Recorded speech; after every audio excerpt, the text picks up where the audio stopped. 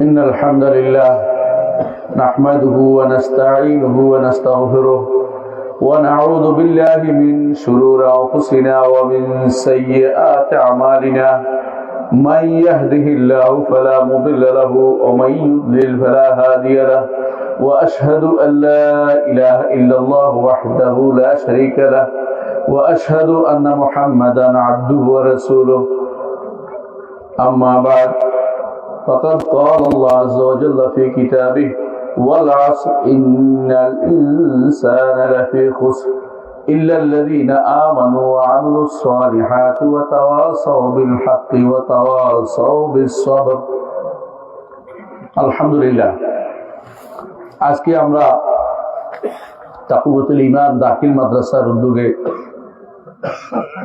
বার্ষিক ওয়াজ মাহফিলে উপস্থিত হতে পেরেছি। আল্লাহ শুকরিয়া আদায় করবে, আলহামদুলিল্লাহ।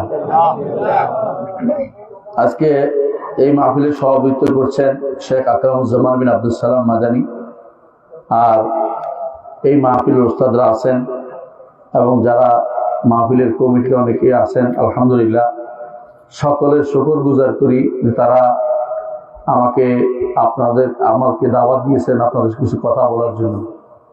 আলহামদুলিল্লাহ। প্রিয় ভাইরা, আমি একটি সূরা তেলাওয়াত করেছি, সূরার নাম সূরাতুল আসর। আমি এটার ব্যাখ্যা করবো ইনশাআল্লাহ, যতটুকু পারি। আপনারা শোনার চেষ্টা করবেন, ইনশাআল্লাহ শুনবেন তো ইনশাআল্লাহ। দেখুন, আল্লাহ তাআলা বলছেন সহজে, প্রথমে বলছেন ওয়াল আসর, সময়ের শপথ। সময়ের শপথ কেন করলেন? মানুষের জীবনটা সময় মাত্র, পুরো জীবনটাই সময়। আজকে যদি মরে যান আপনার সময় শেষ, আজকে মরে গেলে আমারও সময় শেষ। তো এই সময়টা যেহেতু আপনার জীবনের সাথে পুরোপুরি রিলেটেড, মানুষের জীবনের সাথে রিলেটেড, এই জন্য আল্লাহ সময় শপথ করেছেন। কেউ বলছেন যে আসরের সালাতের বলছেন, এটাও শুদ্ধ, কোনো সমস্যা নেই। আসলে কি জীবনটা পুরোটাই সময়ের সাথে রিলেটেড। একটা সময় ছিল আমাদের দাদারা ছিল মরে গেছেন, বাবারা ছিল মরে গেছেন, আমাদের একসময় মরে যেতে হবে। আল্লাহ তাদের শপথ করে বুঝাচ্ছেন মানুষ এই সময়টাকে কাজে লাগতে পারে না। মানুষ ক্ষতিগ্রস্ততার মধ্যে সময়টা কাটিয়ে দেয়। আপনার আমার খোঁজা দরকার লাভ কোথায় বেশি। দুনিয়াতে মানুষ লাভ কোথায় খোঁজে জানেন? জমি কেনার মধ্যে অনেকে লাভ খোঁজে, জমি কিনলে লাভ। অনেকে বলে গাজীপুরের জমি সোনার চেয়েও খাঁটি, কিনে ফেললে লাভ, কিনে রেখে দিলে পরে অনেক দাম হবে। এরকম অনেকে বিভিন্ন রকমের চিন্তা চেতনা করে, আছে না? কেউ চিন্তা করে ওই যে অমুক খানের যদি কোনো একটা বুকিং দিতে পারি তাহলে শেয়ার আসে। এগুলি আসলে লাভের জিনিস নয়। লাভের জিনিস হচ্ছে আল্লাহ যেটাকে লাভের জিনিস বলেছেন। আল্লাহ তাআলা কি বলেছেন? ফামান যুহজিয়া আনিন নারি ওয়া উদখিলাল জান্নাতা ফাকাদ ফাজ। যাকে জাহান্নাম থেকে দূরে সরানো হয়েছে, যাকে জান্নাতে প্রবেশ করানো হয়েছে, সে ব্যক্তি সফলকাম। সফল হতে হলে সেই সফলতা দরকার, যেই সফলতা আমাকে কোনোদিন আর বিফলতায় নিয়ে যাবে না। ঈমান আনলে একটা সফলতা, আবার ঈমান এনে অপকর্ম করলে সফলতা কমতে থাকে। এমনকি কমতে কমতে কমতে কমতে একসময় কি হয়ে যায়, একেবারে রায় পরিমাণ হয়ে যায়। আমাদের নিকট ঈমান বাড়েও কমে যায়, বিফলে চলে যায়। অনেক সময় এমন হয়ে যায় যে ঈমান চলেই যায় কারো কারো কোনো কাজে। আল্লাহ তাআলা জন্য বলছেন প্রতিটি মানুষই ক্ষতিগ্রস্ততার মধ্যে আছে, তবে যে ব্যক্তি 4টা কাজ করবে সে ব্যক্তি কোনদিন ক্ষতিগ্রস্ত হবে না। তাহলে সফল হতে চাই না আমরা? সফল যদি হতে হয় 4টি কাজ করতে হবে। এই 4টি কাজের একটাও যদি কম হয়, একটু আপনার সফলতা কম হইল। এর মধ্যে কোনো একটা যদি আপনার একেবারেই না থাকে, আপনি সফলতা জীবনে দেখবেন না। এর মধ্যে প্রথমটা হচ্ছে ঈমান। 1 নম্বর কি? ঈমান যদি আপনার নসিব না হয়, আপনি কোনদিন সফলতা দেখবেন না। আর ঈমান কিভাবে হয়, ঈমান কিভাবে যায়, দুটোই আপনার জানা দরকার। হুযায়ফা ইবনে ইয়ামান রাদিয়াল্লাহু আনহু, নাম শুনেছেন একজন সাহাবী, যাকে বলা হয়তো রাসূলুল্লাহ সাল্লাল্লাহু আলাইহি ওয়াসাল্লামের গোপন কথা তিনি রাসূলুল্লাহ সাল্লাল্লাহু আলাইহি ওয়াসাল্লাম তার কাছে বলতেন শুধুমাত্র। তিনি বলেন যে মানুষ রাসূলের কাছে এসে বলতো, ইয়া রাসূলুল্লাহ এরপরে কি ভালো আছে? আর আমি বলতাম, ইয়া রাসূলুল্লাহ এরপরে কি খারাপ আছে? কেন জিজ্ঞাসা করতেন? যাতে করে আমাকে খারাপ পেয়ে না বসে। একজন মানুষ খারাপ জানবে কেন? এর থেকে বাঁচার জন্য। একজন মানুষ ভালো জানবে গ্রহণ করার জন্য। ঈমান আপনাকে জানতে হবে। মায়ের পেট থেকে কেউ ঈমানদার হয়ে আসে না। মায়ের পেট থেকে কেউ কোরআন মুখস্থ করে আসে না, মিথ্যা কথা বলছে। ওয়াল্লাহু আখরাজাকুম মিন বুতুনি উম্মাহাতিকুম লা তা'লামুনা শাইআ। আল্লাহ তোমাদেরকে মায়ের পেট থেকে বের করে এনেছেন, তোমরা কিছুই জানতে না। বুঝছেন কিনা? আমি কিছুই জানতাম না। এবার আল্লাহ তাআলা আমাদেরকে জানার মাধ্যম দিয়েছেন, বলে দিয়েছেন। কি দিয়েছেন? আমাদেরকে কান দিয়েছেন শোনার জন্য, আমাদেরকে বিবেক দিয়েছেন বুঝার জন্য, চোখ দিয়েছেন শিখার জন্য। এগুলি দিয়ে আমরা ধীরে ধীরে কি করছি? আমরা জ্ঞান অর্জন করেছি, দ্বীনের জ্ঞান অর্জন করেছি। যদি দ্বীনের জ্ঞান অর্জন না করি, হারামের জ্ঞান অর্জন করে না।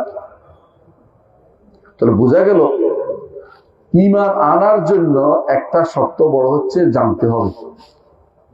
ঈমান আনার আগে জানতে হবে। কিসের উপর ঈমান আনবেন? ঈমান অর্থ কি আসলে বলেন তো? ঈমান অর্থ কি? নিঃশ্বাস করেন না, স্বীকার করা। ঈমান অর্থ কি? স্বীকার করা। ঈমান অর্থ যদি স্বীকার করা হয়, আপনি আমি আল্লাহকে স্বীকার করব, রাসূলকে স্বীকার করব, খেয়াল করেছেন? ফেরেশতাদের কথা স্বীকার করব, আখিরাতকে স্বীকার করব, এবং কিতাবের কথা স্বীকার করব, এবং সবকিছু স্বীকৃতি দিব। সবকিছু স্বীকৃতি মেনে নেব যে একমাত্র রব্বুল আলামিন, তিনি আমার স্রষ্টা, তিনি আমার মালিক, এবং তিনি আমার পরিচালক। জগতে কেউ আমাকে পরিচালনা করতে পারবে না, তিনি শুধুমাত্র আমাকে পরিচালনা করেন। যে এই যে ইলমটা জানতে হবে, কোথায় জানবেন বলেন তো? এই যে তাকওয়াতুল ইসলাম মাদ্রাসা, এরকম যে সালাফি মাদ্রাসাগুলো আছে, এগুলি হচ্ছে ইলম অর্জনের জায়গা, সঠিক জ্ঞান অর্জনের জায়গা। জ্ঞানটাও সঠিক হইতে হয়। দুনিয়ার বুকে এখন অনেক প্রতিষ্ঠান হয়েছে, এক একজনে বিশ্ববিদ্যালয়ের নাম দিছে না? এক একজনে বিশাল জামিয়া নাম দিয়ে দিছে, জামিয়া অমুক, জামিয়া অমুক। এই সমস্ত জায়গা থেকে কিন্তু জ্ঞান অর্জনের জন্য তারা বলে যে আমাদের এখান থেকে জ্ঞান অর্জন করা যায়, বলে না? মাদ্রাসা খুলছে বিশাল বিশাল। এক এক জায়গায় মাদ্রাসা এত বড় আছে, আপনি চিন্তা করতে পারবেন না। যারা নাহু সরফ আলোচনা করে সেখানে ২৫০০ ছাত্র আছে। শুধু নাহু সরফ আলোচনা করে ২৫০০ ছাত্র আছে। আপনি বুঝছেন কথাটা? কিন্তু তাদের যদি ঈমানের কথা জিজ্ঞাসা করে, ঈমান বলতে পারবেন। আপনি সহজে বলে দিলেন ঈমান অর্থ স্বীকৃতি দেয়া। ওদের কাছে ঈমান অর্থ হচ্ছে শুধু বিশ্বাস করা। এই প্রথম ধাক্কা যে ভুল করেছে, পরবর্তী কোনোদিন আর শুদ্ধ হবে না। কেন শুদ্ধ হবে না? এরপর সে দুনিয়ার অপকর্ম সব করবে, আমার বিশ্বাস ঠিক আছে। দুনিয়ার গুনার কাজ সবটি করবে, বিশ্বাস ঠিক আছে। সালাত আদায় করবে না, বিশ্বাস ঠিক আছে। আল্লাহর বিধান মানবে না, বিশ্বাস ঠিক আছে। আল্লাহর বিধান মানে না এরকম বহু লোক আছে যারা বলে আমি মুসলিম। আল্লাহর বিধান মানে না, মানতে রাজি নেই, তারপরে বলবে আমি মুসলিম। এরকম সহজে আমরা মনে করি না যে এরা নাই, অবশ্যই আছে। এই গোষ্ঠীর সংখ্যাই বর্তমানে বাংলাদেশ সবচেয়ে বেশি। মূল কারণ হচ্ছে ঈমান কিসের নাম তাও তারা শিখে নেই। ঈমান অন্তরে যেমন থাকতে হবে, মুখেও থাকতে হবে, অঙ্গ প্রত্যঙ্গেও থাকতে হবে, অর্থাৎ কর্মকাণ্ডেও থাকতে হবে। অন্তরে, মুখে, কর্মকাণ্ডে আপনার প্রমাণিত হতে হবে যে আপনি ঈমানদার। ঈমানদার শুধুমাত্র বিশ্বাস অন্তর ধারণ করলে হয় না। বিশ্বাস যারা ঈমানদার বলেছে তারা আহলুস সুন্নাত ওয়াল জামাত না, তারা সালাফি না, তারা সলফে সালেহিন অনুসারী না। এর প্রমাণ হচ্ছে ইমাম বুখারী রাহমাতুল্লাহ আলাইহি। ইমাম বুখারীর নাম শুনছেন? ইমাম বুখারী রাহমাতুল্লাহ আলাইহি বলছেন, আমি 1000 মুহাদ্দিস থেকে হাদিস নিয়েছি, তবে এমন কোন মুহাদ্দিস থেকে হাদিস নেয়নি যে ব্যক্তি ঈমান অর্থ শুধু বিশ্বাস বলবে, তার থেকে হাদিস নেই। তখন থেকেই ঈমান অর্থ বিশ্বাস বলা পথভ্রষ্ট লোকের কি ছিল? সলাপ ছিল। কিন্তু তিনি হাদিস তাদের থেকে নেন নাই, তিনি তাদের হাদিস নেন নাই। বলছেন যতক্ষণ পর্যন্ত ঈমানকে কথা ও কাজের নাম বলবে ততক্ষণ পর্যন্ত আমি তার থেকে হাদিস নেইনি। ঈমান কথা ও কাজের নাম, কাজ না থাকলে ঈমানের পরিচয় পাওয়া যায় না। এই জন্য তিনি তার বুখারী আপনারা পড়বেন, সহিহ বুখারী আপনাদের ঘরে আছে, দেখবেন বাবুল আল সালাতুল ঈমান, অধ্যায় সালাত ঈমানের অংশ, সালাত ঈমানের অংশ, আর যাকাতু মিনাল ঈমান, যাকাত ঈমানের অংশ। এভাবে তিনি বলেছেন, কারণ ঈমানের 70 উপর শাখা আছে। যে জিনিস শাখা প্রশাখা মিলে শুধু বিশ্বাস দেওয়া হয় না, সেদিন শাখা প্রশাখা হচ্ছে কাজ করতে অনেকগুলি জিনিস দেওয়া গঠিত। ঈমান শুধু একটা জিনিস দেওয়া হয় না, অনেকগুলো জিনিস দেওয়া হয়। এই জন্য প্রথম আপনাকে ঈমান জানতে হবে কি জিনিস। ঈমানের রকমগুলির একটাও যদি বাদ যায়, আপনি মুসলিম ইমানদার হতে পারবেন না। একজন ধরেন আল্লাহকে রব মানে, আল্লাহর ইবাদত করে, কোরআন সুন্নাহ মেনে চলে, সবই মানে, কিন্তু বলে তাকদীরের মাসলাতে একটু সমস্যা আছে, ইমানদার হবে? ইমানদার হবে না। তাহলে আপনার 6টা রকম ঈমানের 6টা রকম একটাও বাদ যেতে পারবে না। একটা বাদ গেলেও ইমানদার থাকতে পারবে, ইমানদার থাকবে না। আর ইসলামের 5টা রকম কোনটাকে বলতে গেলে কেউ বলে যে আমি মানতে পারছি না, সে ব্যক্তি কাফের। এমনকি যদি কোন একেবারে মুস্তাহাব কোন জিনিস কেউ যদি অস্বীকার করে, কাফের হয়ে যাবে। কেউ যদি বলে আজান দেয়াটা মানতে পারছি না, কাফের হয়ে যাবে। কেউ বলে পর্দাকে মানতে পারছি না, কাফের হয়ে যাবে। কেউ যদি আমি দাড়ি রাখা মানতে পারতেছি না, কাফের হয়ে যাবে। একটা হলো রাখি না, গুনাহগার, মনের ভিতরে কি আছে? অপরাধ বোধ আছে। অপরাধ বোধ থাকলে গুনাহগার ইমানদার। আর যদি মনে করে যে আমার এটা দরকারে না, ইসলাম এটা কেন আসলে এটা মানতে পারছি না, সে ব্যক্তি কাফের হয়ে গেছে। কথা বলছেন কিনা?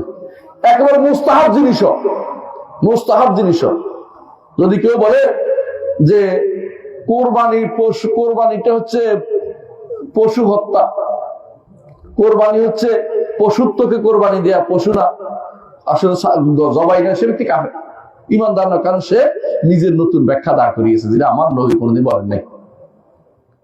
আমার নবী কোরবানি তিনি প্রচলন করেছেন, আপনি অস্বীকার করতে পারবেন না। হ্যাঁ, আপনার পয়সা নেই, আপনি দিবেন না, আলাদা কথা।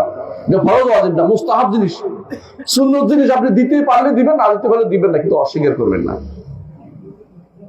এই জন্য প্রথম কাজ হচ্ছে এলেমটা সহিহ হইতে হবে, শুদ্ধ এলেম হইতে হবে। রাসূলুল্লাহ সাল্লাল্লাহু আলাইহি ওয়াসাল্লাম অনেক এলেম থেকে আল্লাহর কাছে আশ্রয় চাইছে, আল্লাহ যেন আমার এলেম দরকার নাই। কি বলছেন? আল্লাহুম্মা ইন্নী আউযু বিকা মিন ইলমিন লা ইয়ানফা। আল্লাহ, আমি এমন এলেম থেকে আপনার কাছে আশ্রয় চাই যে এলেমে কোনো উপকার দেয় না। কি এলেম? কোন এলেমে উপকার দেয় না? আপনি সারাদিন যদি কোনো আপনি মান্তিক পড়েন, দর্শন পড়েন, অথবা স্বরলিপি পড়েন, ফাইন আর্টস পড়েন, এই জাতীয় সাবজেক্টগুলি আপনার জীবনে কোনো উপকার দিবে না, অপকারী দিবে শুধুমাত্র। এগুলি কোনোদিন আপনার কাজ দিবে না। আপনার সময় নষ্ট করবে, শ্রম নষ্ট করবে, অর্থ নষ্ট করবে, আর হাসরের দিন আফসোস করবেন, হায় রে আমি কেন এগুলি শিখলাম। এগুলি তো আমার কোনো কাজে আসে না, বরং বিপদে আসছে আমার জন্য। অনেক বড় বড় যাদেরকে আপনার বড় আলেম বলেন, গাজালি বলেন না, নাম শুনেছেন? গাজালি, রাজির নাম শুনেছেন? রাজি, শাহরাস্তানি নাম শুনেছেন? এই জাতীয় বড় বড় যেগুলি আছে নাম শুনেছেন আপনারা, এগুলি সবগুলি সারা জীবন কালাম শাস্ত্র চর্চা করেছে, শেষ জীবনে এসে আফসোস করেছে, হায় রে এগুলি কেন শিখলাম, এগুলি তো আমার ঈমান নিয়ে টানাটানি লাগতেছে। যত বেশি আল্লাহর শরিয়া বিরোধী আইন শিখবেন, শরিয়া বিরোধী বিধান শিখবেন, শরিয়া বিরোধী জিনিস শিখবেন, তত বেশি আপনার ঈমান নিয়ে টানাটানি লাগবে। দুনিয়ার বুকে ইমামরা, বিশেষ করে সাহাবায়ে কেরাম কোনদিন এত বিদ্যা শিখেন নাই। সত্য কিনা বলেন? সাহাবায়ে কেরামের সময় কি আপনার ইউনিভার্সিটি যে সমস্ত সাবজেক্ট আছে এগুলি ছিল? এগুলি শিখার দরকার লাগে গেল কেন আমাদের? আপনি ইউরোপ আমেরিকা যান, দেখবেন যে এগুলি শিখতেছে না। আপনাকে তাদের দাস বানানোর জন্য, সেবাদার বানানোর জন্য এতগুলি বিদ্যা শিক্ষা দিচ্ছে, যাতে করে আপনি চিন্তা চেতনায় তাদের অনুসারী হয়ে যান। চিন্তা চেতনা আপনি হবেন তাদের একটা দাস। তারা যা চিন্তা করবে আপনি সেটা চিন্তা করবেন। তারা চিন্তা করেছে মানুষ আগে বানর ছিল, আপনি বলবেন মানুষ আগে বানর ছিল, কারণ আপনি এটা মুখস্থ করছেন। তারা চিন্তা করেছে মানুষ আগে ব্যাঙ্গাসি ছিল, পানিতে ছিল, লাফ দিয়ে উঠছে উপরে, আপনি চিন্তা করছেন কি? হ্যাঁ, ব্যাঙ্গাসি ছিল। মানুষ তারা আগে চিন্তা করেছে গণতান্ত্রিক জীবন ছাড়া পৃথিবীতে আর কোনো শান্তি আসতে পারে না, আপনি এইটাই ঠিক বলেছে, এটা ছাড়া তো শান্তি আসার কোনো সুযোগ নেই। আপনাকে সেভাবেই মাইন্ডটাকে আপনার সেট করে দিচ্ছে, আপনি অন্য চিন্তা করার কোনো সুযোগ আপনি পান নাই। এভাবে এই যে জ্ঞান, যেটা যে এলেম অর্জন করতে হবে, এলেমটা শুদ্ধ আপনার আসে নাই। দুনিয়ার জ্ঞান এটা উদ্দেশ্য না। যেই জ্ঞান অর্জন করলে আল্লাহ তাআলা ফেরেশতা দিয়ে ডানা বিছিয়ে দিবেন, এখানে এটা দুনিয়ার জ্ঞান নয়। এটা দুনিয়ার জ্ঞান নয়। দুনিয়ার জ্ঞান সম্পর্কে আল্লাহ তাআলা বলে দিয়েছেন, ইয়ালামুনা যাহিরাম মিনাল হায়াতিদ দুনিয়া ওয়া হুম আনিল আখিরাতি হুম গাফিলুন। দুনিয়ার জীবনের প্রকাশ্য জিনিসটা তারা ভালোই জানে, আখিরাত সম্পর্কে তারা গাফেল। তাহলে আপনাকে ওই ইলমটা অর্জন করতে হবে যে ইলম অর্জন করলে আপনি হাসরের দিন শুধু পড়বেন আর উপরের দিকে উঠবেন, আপনার মর্যাদা হবে সেখানে যেখানে পড়া শেষ হবে। এই যে ছাত্র 3 জন আপনাদের আজকে কি নিল, নিস্তার বন্ধে নিল বা পাগড়ি নিল, এই ইলমটা হাসরের দিন তাকে কোথায় উঠাবে আপনি জানেন? মুহাম্মদ রাসূলুল্লাহ সাল্লাল্লাহু আলাইহি ওয়াসাল্লাম বলেছেন, সেদিন তাকে বলা হবে, কোরআনের যে হাফেজ তাকে বলা হবে, পড়ো এবং উপরে উঠতে থাকো, যেখানে তোমার পড়া শেষ হবে সেখানে তোমার মর্যাদা নির্ধারিত হবে। এই ইলমের কারণে আপনার মর্যাদা নবীদের কাতারে চলে যাচ্ছে। কেন? নবীদের কাতারে কথা আল্লাহ সাক্ষী দেওয়ার ক্ষেত্রে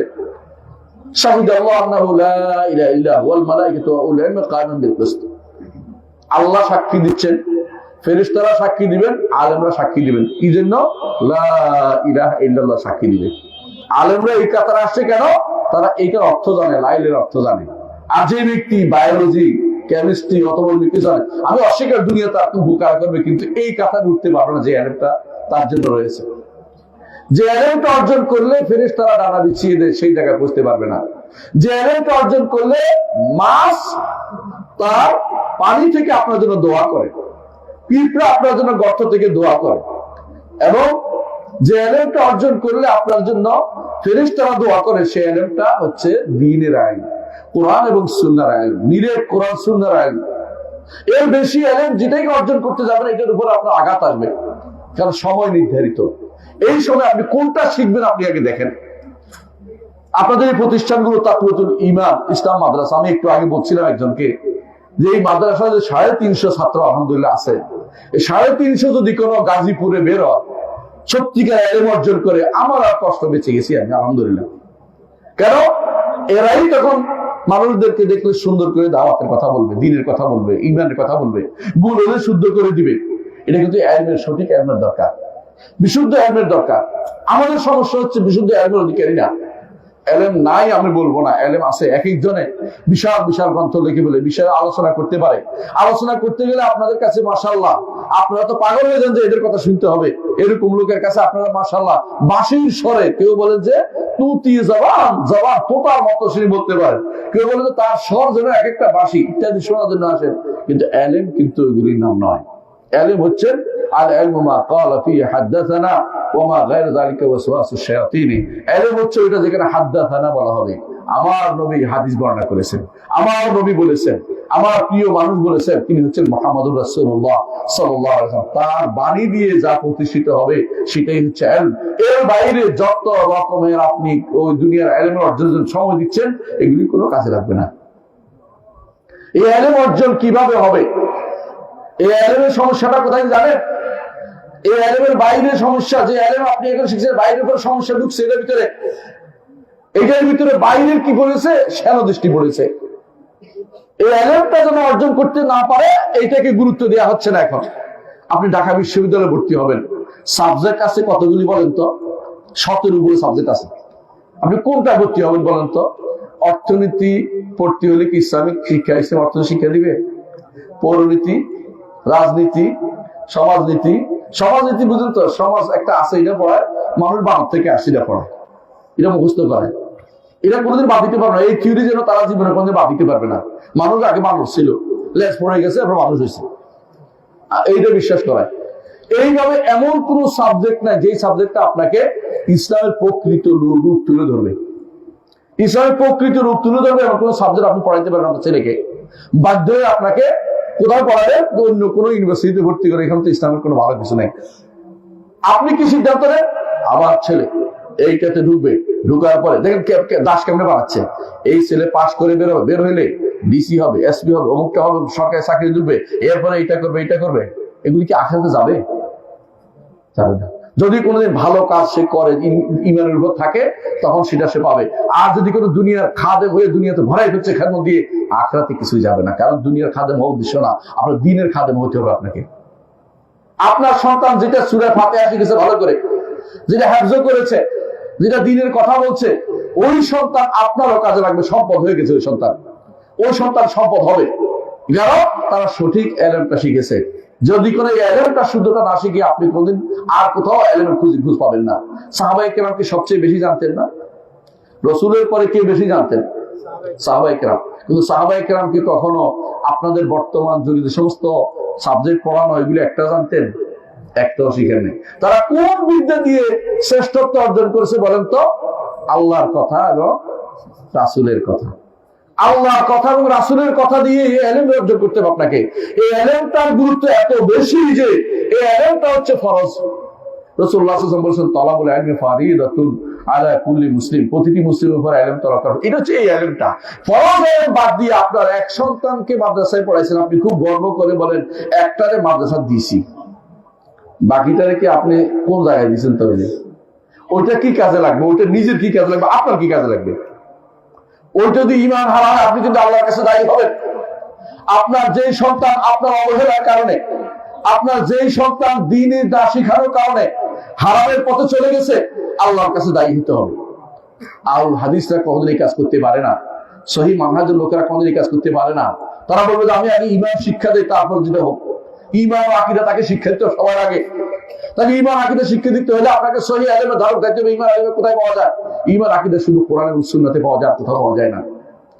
কোরআন এবং সুন্নাহর বাইরে কোনো ঈমান আকীদা নেই।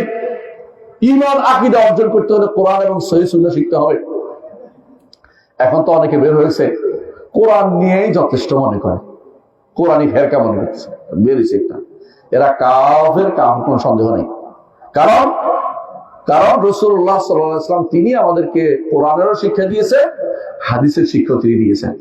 যদি হাদিস না মানা হয় সালাত আদায় করতে পারবেন না, হাদিস না মানে যাকাত দিতে পারবেন না, হাদিস না মানে সওয়াব আদায় পালন করতে পারবেন না, হাদিস না পালন না করলে আপনি হজ করতে পারবেন না। হজ কোন দিন করতে হবে কোরআনে আছে? হজের কোন জায়গা বিস্তারিত জায়গা কে বলে দিয়েছেন? মুহাম্মদুর রাসূলুল্লাহ সাল্লাল্লাহু আলাইহি ওয়াসাল্লাম বলে দিয়েছেন। তিনি হজে গেছে আর বলেছেন, খুদু আন্নী মানাসিকাকুম, আমার থেকে তোমরা হজ শিখে নাও।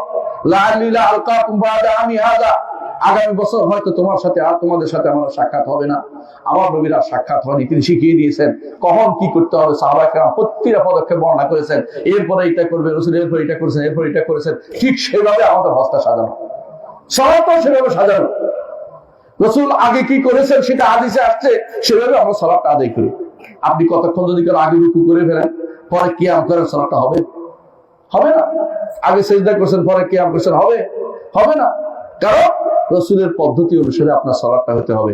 এই ইলমটা অর্জন করতে হবে আপনাকে কোরআন এবং সুন্নাহ থেকে। এর বাইরে কোনো ইলম অর্জন করলে আপনার এটা ইলম না, এটা হচ্ছে ভুলের উপর আপনি চলছেন। আমাদের সবচেয়ে বড় সমস্যা হচ্ছে আমরা নিজেদের বিবেককে সবার আগে স্থান দিই। কেউ কিয়াস করে, কেউ আকল খাটায়, কেউ মনে করে আমি কি কম বুঝি নাকি। এটা হচ্ছে ইলমের ক্ষেত্রে বিভ্রান্তি হচ্ছে। এটা আপনাকে প্রতিটা কথায় ফিরে আসতে হবে আল্লাহর দিকে এবং রাসূলের দিকে। আল্লাহ কি বলেছেন, রাসূল কি বলেছেন, মনে রাখবেন। অনেকে বলে আল্লাহর কথার সাথে রাসূলের কথার কন্ট্রাডিক্টরি, তার অন্তরে কন্ট্রাডিক্টরি আছে। আসলে নাই। ইমাম শাফি রহমাতুল্লাহ আলাইহি আজ থেকে 1200 বছর আগে, 1300 বছর আগে, 1200 বছর আগে তিনি চ্যালেঞ্জ করে গেছেন যে কোনোদিন কোন সহিহ হাদিসের সাথে কোন কোরআনে কারীমের অর্থের কোনো বিরোধ হবে না। হয় যদি হয় মানসুখ হতে পারে, রহিত হতে পারে কোনটা, কিন্তু এর বাইরে কোনো বিরোধ হতে পারে না। কারণ দুটেই আল্লাহর পক্ষ থেকে এসেছে। আল্লাহর পক্ষ থেকে যদি আসে, এখানে বিরোধ হওয়ার কোনো সুযোগ নাই। এই জন্য প্রত্যেকে চিন্তা করতে হবে আমি বিশুদ্ধ ইলম নিব। কি নিব? বিশুদ্ধ ইলম নিব। বিশুদ্ধ ইলমের বাইরে কোনো চিন্তা করতে পারবেন না। বিশুদ্ধ ইলম কোথায় পাওয়া যায়? বিশুদ্ধ ইলম শুধুমাত্র সালাফি মাদ্রাসায় পাওয়া যায়, এর বাইরে কিছু পাওয়া যায় না। বিশুদ্ধ ইলম শুধু সালাফদের কথায় পাওয়া যায়। বিশুদ্ধ ইলম পাওয়া যায় বুখারীতে, সহিহ বুখারীতে। ইমাম বুখারী রাহমাতুল্লাহ আলাইহি শুরু করেছেন কিতাবুল ঈমান দিয়ে। প্রথম হাদিসটা আছে ওহী দিয়ে, মানে ওহী ছাড়া ইলম অর্জন করা যাবে না। কথা বুঝছেন কিনা? ওহী ছাড়া যে ইলম অর্জন করবেন শুদ্ধ হতেও পারে, নাও হতে পারে, কিন্তু ওহীর ইলম হচ্ছে শুদ্ধ। এই জন্য প্রথম হাদিসটা কি আনছেন ইমাম বুখারী রাহমাতুল্লাহ আলাইহি, ওহী সংক্রান্ত হাদিসটা নিয়ে আসছেন। সর্বশেষ কি আনছেন জানেন? সর্বশেষ আছে কিতাবুত তাওহীদ। যে ইলম অর্জন করছে তাওহীদের দায়ী হয়েছে কিনা, তাওহীদের অনুসারী হয়েছে কিনা। কিতাবুত তাওহীদ আনছেন সব শেষে, প্রথমে কিতাবুল ঈমান, শেষে কিতাবুত তাওহীদ। কেন? আপনি ঈমান আপনি যদি তাওহীদ পর্যন্ত পৌঁছতে না পারেন, আপনার ইলম ঈমান, তাহলে আপনি কিন্তু কিছুই শিখতে পারেন নাই। এই জন্য শেষে তাওহীদ নিয়ে আসছেন এবং সব শেষে বলেছেন যে দুটি কালিমা, কালিমাতানে খাফিফাতানে আলাল লিসান সাকিরাতানে ফিল মিজান, মিজানে ভারী, মুখে হালকা, আল্লাহর কাছে বেশি প্রিয়, সুবহানাল্লাহি ওয়া বিহামদিহি সুবহানাল্লাহিল আযীম। আপনি বসে বসে টিপাচ্ছে, কি টিপেন? বসে বসে মোবাইল টিপেন, বসে বসে ওইটা টিপাচ্ছে, ওইটা টিপাচ্ছে, সুবহানাল্লাহ ওয়া বিহামদিহি সুবহানাল্লাহ। সারা দিনের কাজ, সবচেয়ে উত্তম কাজ এটা কিছু না থাকুক, ব্যবসায় বসতে বসছেন, ব্যবসায় কেউ আসতেছে না, কাস্টমার আসতেছে না, গল্প গুজব হচ্ছে, সুবহানাল্লাহ ওয়া বিহামদিহি সুবহানাল্লাহিল আযীম। আল্লাহর কাছে প্রিয় কালেমা, সাহাবা আল্লাহ তার ইয়াকে শিক্ষা দিয়েছেন, ফেরেশতাদের শিক্ষা দিয়েছেন যে তারা সুবহানাল্লাহ বিহামদি বলে, আপনিও সেটা বলেন। কারণ আপনার কাজ দুনিয়াতে সবচেয়ে উত্তম ইবাদতের মধ্যে এটা একটা, উত্তম ইবাদতের মধ্যে এটা একটা। তাহলে ইলম অর্জন করতে হলে আপনাকে কোরআন এবং সুন্নাহ থেকে শিখতে হবে। ইমাম বুখারী রাহমাতুল্লাহ আলাইহি হচ্ছেন আপনার পূর্বসূরি। আপনাকে শিখতে হবে আপনার আসল অনুসারী কাদের পথে আপনি চলছেন। দুনিয়ার কোন নেতা, আপনার দুনিয়ার এই যে নেতাগুলি আসছে না, এরা আপনার কেউ না। আপনার নেতা হচ্ছেন মুহাম্মদুর রাসূলুল্লাহ সাল্লাল্লাহু আলাইহি ওয়াসাল্লাম এবং তার সুন্দর অনুসারী সাহাবায়ে কেরাম, সবাই আপনার সাহাবায়ে কেরাম। আর তাদের সুন্দর অনুসারী তাবেঈরা সবাই না।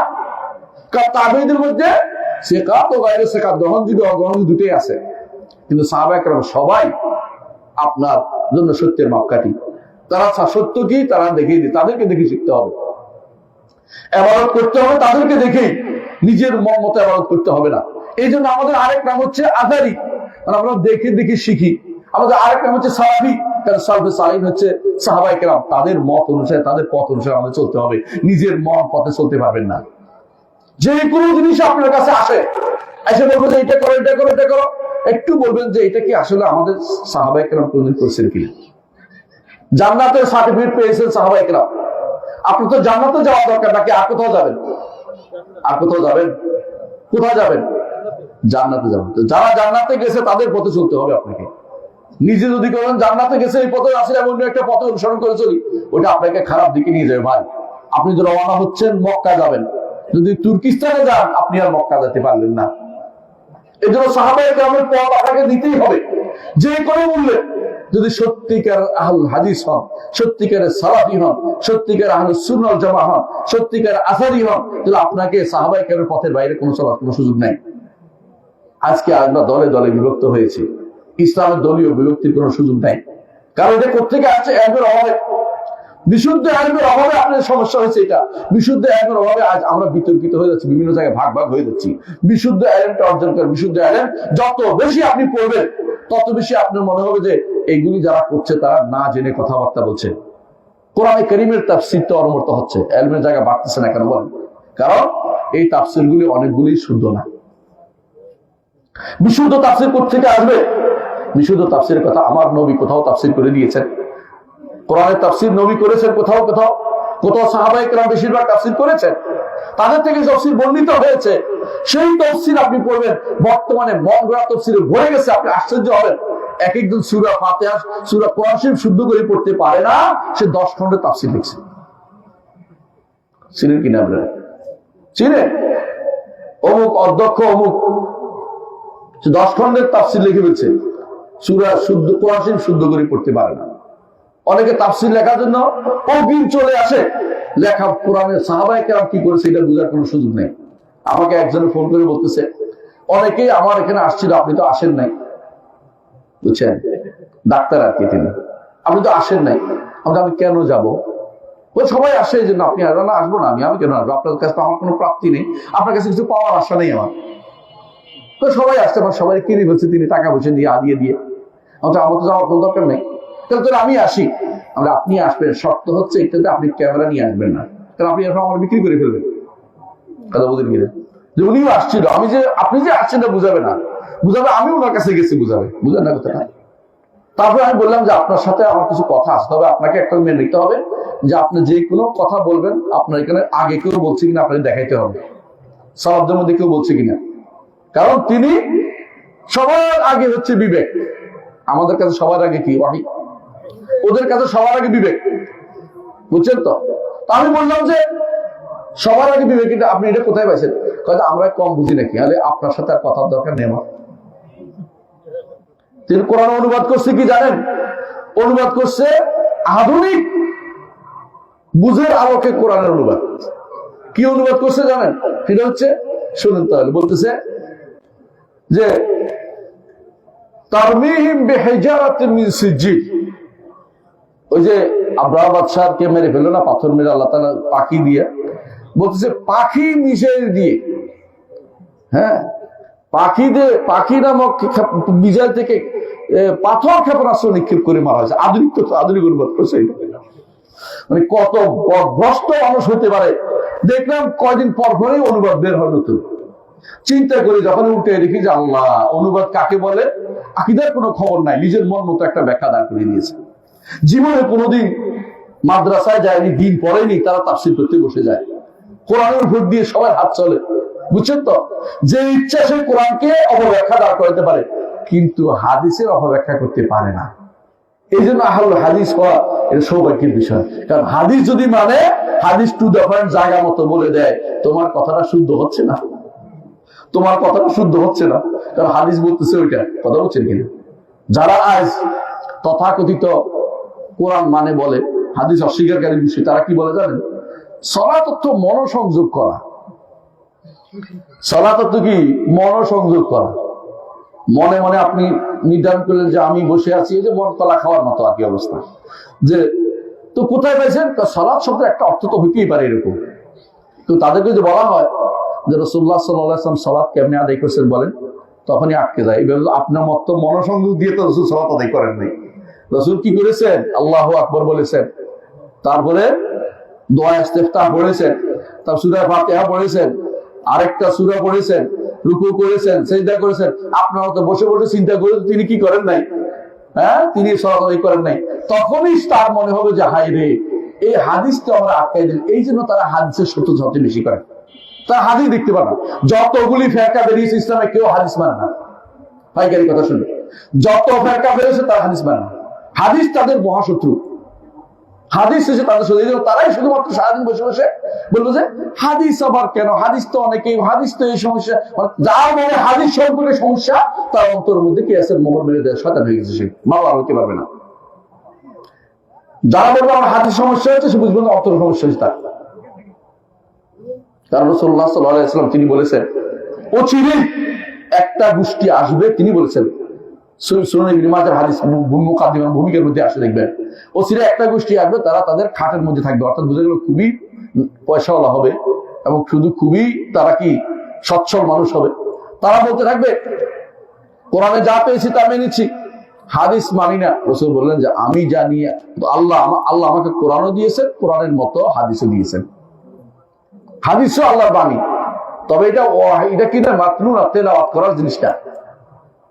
হাদিসও আল্লাহরই কথা, কারণ আল্লাহ বলছেন ওমা ইয়ানতিকু আন হাওয়া ইন হুয়া ইল্লা ওয়াহয়ুন ইউহা। রাসূল কোনো মন গড়া কথা বলেন না, যা বলেন সবই ওয়াহী, সবই ওয়াহী। যদি সংশোধন করিয়ে দেন সেটাও ওয়াহী, সেটাও ওয়াহী। রাসূলুল্লাহ সাল্লাল্লাহু আলাইহি ওয়াসাল্লাম সিদ্ধান্ত নিয়েছেন যে এদেরকে বদরের যুদ্ধের লোকদেরকে ছেড়ে দিবেন। আল্লাহর পক্ষ থেকে প্রথমে বলা হলো আপনি কেন তাদেরকে ছেড়ে দিতে বলছেন? রক্ত প্রবাহিত করে দেওয়া দরকার ছিল। তারপর আল্লাহ তাআলা ঘোষণা দিলেন যে এদেরকে ক্ষমা করে দেওয়া হলো, আপনি যেটা নিয়েছেন সেটা আপনাকে ছাড় দেওয়া হলো। দুটোই তো ওয়াহী, আগেরটা ওয়াহী, পরেরটা ওয়াহী। এটা মেনে নিলে হবে না। আগেরটা কেন, পরেরটা কেন, এটা বলতে হবে কেন? কারণ তাদের অন্তরের ভিতরে, যারা এটা বাড়াবাড়ি করে, তার অন্তরের ভিতরে কি আছে? বক্রতা আছে। প্রথম যারা বেরিয়েছিল ইসলামে, তাদের কি বলা হয়? খারেজি, মনে আছে তো? খারেজি সম্প্রদায় কেন বেরিয়েছে বলেন তো? এলেমের মধ্যে তাদের কি হয়েছে? পছন্দ রয়েছে, জ্ঞানের মধ্যে। তারা কি করছে? কোরআন আয়াত দিয়ে দলিল দিছে, ইনিল হুকমু ইল্লা লিল্লাহ, বিচার শুধু আল্লাহ করবে। মানুষের হাতে বিচার কেন গেল? হ্যাঁ, এই যে আপনাদের এখানে কেউ গান গায়, পাপ পুণ্যের বিচার এখন মানুষে করে, তো মানুষ করবে না? মানুষের তো করতে দেখা যায় বিচার করবে না, তো জগতে অনাচারে ভরে যাবে, অরাজকতায় ভরে যাবে, বিচার করার দরকার আছে। কিন্তু এরা যখন বেরোছে, ওরা কি করছে? দলিল দিচ্ছে কোরআন আয়াত দিয়ে, ইনিল হুকমু ইল্লা লিল্লাহ, বিচার তো শুধু আল্লাহ করবেন। দেখতে কোন আয়াতে দলিল দিছে, বুঝেন না কথাটা? যে মানুষের হাতে বিচার চলে আসলো কি করে, নাউজুবিল্লাহ। এদের বিরুদ্ধে যুদ্ধ করেছেন কে? আলী ইবনে আবি তালিব রাদিয়াল্লাহু আনহু, খলিফাতুল মুসলিমিন। এরা কাফের ছিল না? কাফের বলে নেই। কি জন্য যুদ্ধ করেছে? কারণ আল্লাহর শরীয়তকে অপব্যাখ্যা করেছে, আল্লাহর দ্বীনকে অপব্যাখ্যা করেছে, কোরআনকে অপব্যাখ্যা করেছে। অপব্যাখ্যা ঠেকানোর জন্য যুদ্ধ করেছে। তাহলে বোঝা গেল যে কেউ এরকম অপব্যাখ্যা ঠেকানোর জন্য যুদ্ধ করতে হয়। সালাফি যারা আছে, আহলুস সুন্নাহ জামাতে যারা অনুসারী আছে, তাদের বড় গুণ হচ্ছে এটা যে অপব্যাখ্যার স্থান দেয় না। বলে যে এটা রাসূল বলেন নাই, সাহাবীরা বলেন নাই, আমাদের বড় বড় ইমামরা বলেন নাই, তুমি এগুলি আমার কাছে আনবে না, তুমি এখান থেকে সব বানো। অপব্যাখ্যার স্থান দেয় না তারা। আর যদি তারা ক্ষমতা যায়, অপব্যাখ্যা যারা করে তাদেরকে এখান থেকে ঠেকায় যে তোমার আমার এখানে কথা বলার কোনো সুযোগ নাই, তুমি অপব্যাখ্যার কোনো সুযোগ আমার দিবে না, তোমার অপব্যাখ্যার সুযোগ নিব না। দেখুন, আলী ইবনে আবি তালিব রাদিয়াল্লাহু আনহু যখন পাঠাচ্ছিলেন, আব্দুল্লাহ ইবনে আব্বাসকে পাঠাইছেন কোথায়, যে এদের সাথে একটু মুনাজারা করে আসে। কাদের সাথে? খালিদের সাথে মুনাজারা করতে গেছে। যাওয়ার সময় তিনি একটা ওসিয়ত করে গেছেন। কে? আলী ইবনে আবি তালিব ওসিয়ত করে গেছেন, তুমি তাদের সাথে কোরআন দিয়ে দলিল দিবা না, তুমি তাদেরকে দলিল দিবা রাসূলের হাদিস এবং সুন্নাহ দিয়ে, সূরা সিরা দিয়ে। বুঝছেন কিনা? কেন বলছি এটা? কারণ কোরআন দিলে তারা পাল্টা একটা কোরআন আয়াতে অপব্যাখ্যা করবে, হাদিস দিলে আর উল্টাইতে পারবে না। এই জন্য যখন তাদের কাছে জিজ্ঞাসা করলাম তোমরা কি চাও, আমার চাচাতো ভাইয়ের কি সমস্যা তোমাদের, আলীর কাছে আলীর বিরুদ্ধে তোমরা কি কেন মানছো? বলছে তিনি কেন বিচারক নিয়োগ দিচ্ছেন, মাধ্যখানে সালিশ কেন মানছেন? রাসূলুল্লাহ সাল্লাল্লাহু আলাইহি ওয়াসাল্লাম করছে না, দেখো তো কোরআন দিয়ে দলিল দেয় নাই। রাসূল কি করেছে? তিনি হুদায়বিয়ার সন্ধিতে সালিশ মানছিলেন কিনা? মানছিলেন। রাসূল কি করবা? একদম ঠান্ডা হয়ে গেছে, অর্ধেক চলে আসছে, কারণ আমরা ভুলের উপর আছিলাম। কি দিয়ে দলিল দিছে? হাদিস দিয়ে। এই জন্য হাদিস দিয়ে দলিল দেওয়ার কারণে, যেহেতু হাদিস হচ্ছে টু দা পয়েন্ট, অনেকে হাদিস সহ্য করতে পারবে। হাদিস সহ্য না করে কেউ, সে হচ্ছে পথভ্রষ্ট, হতে মানহাজ নষ্টতা। ইমান যদি ঠিক রাখতে হয়, হাদিসকে অবশ্যই মেনে চলতে হবে। যার ইমান ঠিক যদি রাখতে হয়, হাদিস মানতে হবে। কারণ ইমান আনছি বললে হয় না, কিসের উপর ইমান আনছে হাদিস বলে দিবে। হাদিসে যে দেখুন, আমরা বলি কি ইমানের রকম কয়টা? 6টা, তাই না? বলি না? এটা কোথায় আসছে? হাদিস জিবরিলে আসছে না? হাদিস জিবরিলে আসছে। কোরআনে কোনো আয়াত কি একসাথে 6টা আসছে? আসে নাই। তাহলে হাদিস জিবরিল না হলে আপনি কেমনে বুঝবেন যে কোরআনের কয়টা, ইমানের কয়টা রকম আছে? ইসলামের কয়টা রকম? 5টা। কোথায় আসছে? ইবনে ওমর রাদিয়াল্লাহু হাদিসে আসছে, ইবনে ওমর রাদিয়াল্লাহু বর্ণিত হাদিসে আসছে, এবং সহিহ বুখারীতে আসছে, হাদিস জিবরিলেও আসছে। কিন্তু আপনি অন্য কোথাও কোরআনের কোথাও কি আপনি 5টা রকম খুঁজে পাবেন? সারাটা খুঁজতে হবে, একটা করে খুঁজতে হবে। রোকন তো বলা হয় নাই, যেটা রোকন, কিন্তু রোকন খুঁজতে হলে আপনি পাইবেন কোথায়? সরাসরি হাদিসের মধ্যে পাবেন। এই জন্য যারা হাদিস বিরোধী তাদেরকে মনে করবেন সবচেয়ে বেশি ভয়াবহ।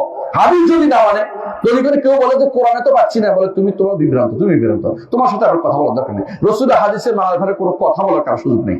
এই জন্য এলেম হচ্ছে কোরআন এবং সুন্নাহ। কোরআন এবং সুন্নাহর বাইরে আপনি এলেম অর্জন করতে যাবেন, আপনি বিপদে পড়ে যাবেন। যে ব্যক্তি, এই জন্য প্রথম যেটা আমি বলতে চাচ্ছি যে ঈমান যদি আপনার শুদ্ধ হইতে হয়, কোরআন এবং সুন্নাহ থেকে আপনি ঈমান নিতে হবে। দুনিয়ার বাইরে, দুনিয়া যত রকমের হ্যাকমত মানতেক যত কিছু আছে, তথাকথিত তর্কশাস্ত্র, এগুলো দিয়ে কোনো জ্ঞান অর্জন করা যায় না, এগুলো এলেম অর্জন করা যায় না। এগুলো দুনিয়া কিছু সময় নষ্ট করা ছাড়া কিছুই হয় না। দ্বিতীয় কাজ, বিশুদ্ধ এলেম 1 নম্বর কাজ। যদি আপনি সফল হতে চান, বিশুদ্ধ এলেম সফল হতে চাইলে 1 নম্বর কাজ এটা কি? ঈমানটা শুদ্ধ হইতে হবে। ঈমান শুদ্ধ হওয়ার 1 নম্বর কথা হচ্ছে আল্লাহ সম্পর্কে ঈমান শুদ্ধ হতে হবে। আল্লাহ সম্পর্কে ঈমান শুদ্ধ হইতে হবে। আল্লাহ সম্পর্কে কি ঈমান শুদ্ধ হইতে বলেন তো? 1 নম্বর হচ্ছে আল্লাহর জাত সম্পর্কে, সত্তা সম্পর্কে। আল্লাহর জাত কোথায় আছে? আরশের উপরে। আল্লাহর জাত কোথায় আছে? আরশের উপরে। কেউ যদি বলে আরশের ভিতরে, সেটাও ভুল। কেউ যদি বলে জগতের ভিতরে, সেটাও ভুল। ভুল না শুধু, সে কাফের, কাফের। কেউ যদি বলে আল্লাহ, সে আল্লাহর পায়ে সিজদা করে, সে ব্যক্তিও কাফের। আমরা আল্লাহর পায়ে সিজদা করি না, আমরা মাটিতে সিজদা করি আল্লাহর রাসূলের নির্দেশ মোতাবেক। রাসূল এভাবে করতে বলছেন, সেভাবে করি। রাসূল শিখিয়ে দিয়েছেন, সেই জন্য করি। আপনার পণ্ডিতিপূর্ণ কথার দরকার নেই, পাণ্ডিত্য হওয়ার দরকার নাই। রাসূলের কথা অনুসারে আমরা চলি। এইটা হচ্ছে আল্লাহর জাত সম্পর্কে জানতে হবে। তিনি আযীম, তিনি বড়, তার থেকে বড় কোনো কিছু নাই। তিনি কত বড় আপনি আমি কোনোদিন কল্পনা করতে পারবো না। আর তার কি আছে? তিনি হচ্ছেন আলী, উপরে এবং বড়। এবং তার মতো কেউ নাই। তিনি একক সত্তা, কুল আল্লাহু আহাদ আল্লাহুস সামাদ লাম ইয়ালিদ ওয়া লাম ইউলাদ ওয়া লাম ইয়াকুল লাহু কুফুয়ান আহাদ। এটা আল্লাহর পরিচয়, আল্লাহর পরিচয়টা। ওয়া হুয়াল আলিয়্যুল আযীম, আল্লাহর পরিচয়টা। আল্লাহর পরিচয় আগে জানতে হবে, আল্লাহ তাআলার নাম গুণ জানতে হবে, আল্লাহ তাআলার কর্ম জানতে হবে, আল্লাহর অধিকার জানতে হবে। এগুলো জানলে আপনি সত্যিকারী ঈমানদার একটা প্রথম ধাপে গেছেন। এবার ঈমানের অন্যগুলো তো আছেই। আমি লম্বা আলোচনা করবো, শুধু এটাই বলবো, ঈমান কিন্তু শুদ্ধ করতে হবে। 2 নম্বর, ঈমান শুদ্ধ হলে আমলটা শুদ্ধ হবে। ঈমান শুদ্ধ হলে আমলটা শুদ্ধ হবে। কারণ আমল কিভাবে করবেন? যে কোনো একটা আমল করলে কি সওয়াব হয়ে যাবে? আমরা মাস পর গাঁজা করলে কি সওয়াব হবে? করছেন না আপনারা? কেউ তো কে কে গেছিলেন বলেন তো? এই তো গেছিলেন। কি জন্য গেছিলেন? আমাদের কি লাভ হচ্ছে বলেন তো এটা দিয়ে? শুধু একটা কিছু রাজনীতিবিদদের কিছু উদ্দেশ্য হাসিল হয়েছে, আমাদের কিছু হয়নি। আমাদের যারা ভাইরা এই গাজার যে সমস্ত ভাই কষ্ট পেয়েছে, ওদের কিছু পাইছে। যদি আমরা যেভাবে টাকা পাঠাচ্ছি, ওদের টাকা দিতে উপকার হইতো না? অন্তত খাবার খেতে পারতো। এখন তাদের এত ঠান্ডা যে কল্পনা করতে পারেন না, বাতাসে উড়ে নিয়ে যাচ্ছে। আপনি ছবি যদি দেখতেন, কান্না আসে। সেখানে আলহামদুলিল্লাহ আমরা কিছু টাকা পাঠাতে চেষ্টা করছি, এটা একটু কাজে লাগবে আপনার। কিন্তু আপনার মাস পর গাঁজা করে আপনি রাস্তা সব বন্ধ করে দিয়ে সারাদিন আপনি একটা আনন্দে আপনি নাচতে থাকলেন, একত্র হলেন, বেশার করে বক্তৃতা দিলেন, এগুলিতে আমাদের ইসলামের কোনো কিছু ভিতরে পড়ে না। আপনি আমারটা ভুল, এই ভুল আমার নবী করেন নাই। 70 জন আমার নবী 70 জনকে পাঠিয়েছিলেন বীর মরণের ঘটনা আপনারা জানেন। 70 জন কারীকে পাঠিয়েছিলেন কোথায়? দাওয়াত দিতে পাঠিয়েছিলেন। কাফেররা ধরে এদেরকে মেরেছে না? রাসূল একটা মার্চ করছিল না? মার্চ ফর মওনা, যে মওনার জন্য একটা মার্চ করি আমরা, চল আমাদের খুব প্রকাশ করি। এগুলো ইসলামের নীতির ভিতরে পড়ে, এটা শয়তানের কাজ করা। এগুলো যারা করেছে এটা আপনাদেরই লোক, আপনাদের পরিচিত অনেকে এগুলি করেছে। এগুলো ইসলামের নীতির ভিতরে পড়ে না। তখন জিজ্ঞাসা করতো, আমার নবী কি কোনোদিন এটা করছিল? মাথায় সেটা আসে না কেন? আমরা অতি দ্রুত ফিতনার ভিতরে ঢুকে যাই। জিজ্ঞাসা করে নাকি আসলে কি শরীয়ত সম্মত কিনা। আমাদের মধ্যে কেউ যদি এটা করে, দুনিয়াতে অনেকে অনেক কিছু করে, আপনার করা উচিত না। আপনি আমি সত্যিকার সালাফি হয়ে থাকি, আপনি রাস্তা দাঁড়িয়ে রাস্তা বন্ধ করা আপনার জন্য জায়েজ নেই। কোনো কাজে রাস্তা বন্ধ করা আপনার জন্য জায়েজ নেই, বুঝতে নেই। আপনি বুঝতে পারছি কথাটা? এটা ইসলামিক নীতির ভিতরে পড়ে না কোনোদিনই। অনেকে আছে মৌন কি মিছিল, অনেকে আছে রাস্তার পাশে বিশেষভাবে দাঁড়ানো, কি বলে এটাকে, হ্যাঁ, মানব বন্ধন। এগুলি কোনটা ইসলামের নীতি? আপনি কার কাছে কি চাচ্ছেন? সালাফি আল্লাহর কাছে, কারো কাছে কিছু চায় না। তারা সবাইকে ইসলামের নীতি কাজ করে। জোর করে আদায় করবেন, কি করে আদায় করবেন? আপনি এটা কি আদায় করছেন? জোর করলে এটা আদায় করতেন যে দেশের শিরক এবং কুফরের যে সমস্ত মার্কাজ গুলি আছে, এগুলি তাড়িয়ে দিতে হবে। তো একটা কথা ছিল যে আমি একটা আল্লাহ রাসূলের সিদ্ধান্ত বাস্তবায়ন করছি নাকি। তিনি আলী ইবনে আবি তালেবকে পাঠিয়েছেন যে আলী যত উঁচু কবর আছে সব ভেঙে ফেলবে। তখন তিনি ক্ষমতায় ছিলেন এবং আলী ইবনে আবি তালেব রাদিয়াল্লাহু আনহু তার দায়িত্ব পালন করতে গেছেন। আলী ইবনে আবি তালেব যখন ক্ষমতা আসেন, তিনি তখন আবুল হাইয়াজ আসাদিকে পাঠিয়ে যত উঁচু কবর সব ভেঙে ফেলবা, যত ছবি আছে সব মিটিয়ে দিবা। আপনার এই দাবিও না হওয়া দরকার ছিল যে হে প্রিয় অমুক, হে অমুক, হে আমাদের অমুক নেতা, আমরা চাই এই যেন গাজীপুরের মাটিতে যেন কোনো কবরের মাজার না থাকে। গাজীপুর মাটিতে মাজার নাই, তাই নাই? হ্যাঁ, এত সোজা তাদের মাজার নাই না, শুধু মাজারে যা ঘুমাইতে পারে না এলাকায়। কেউ মাজার জানেন তো? মাজার আর তো বড় জিনিস আছে গাজীপুরের এক জায়গাতে। কি করে? এই গাজীপুরে এখানে পুকুর একটা আছে, সেখানে টাকা ফেলে। দেখছেন আপনারা, শুনছেন?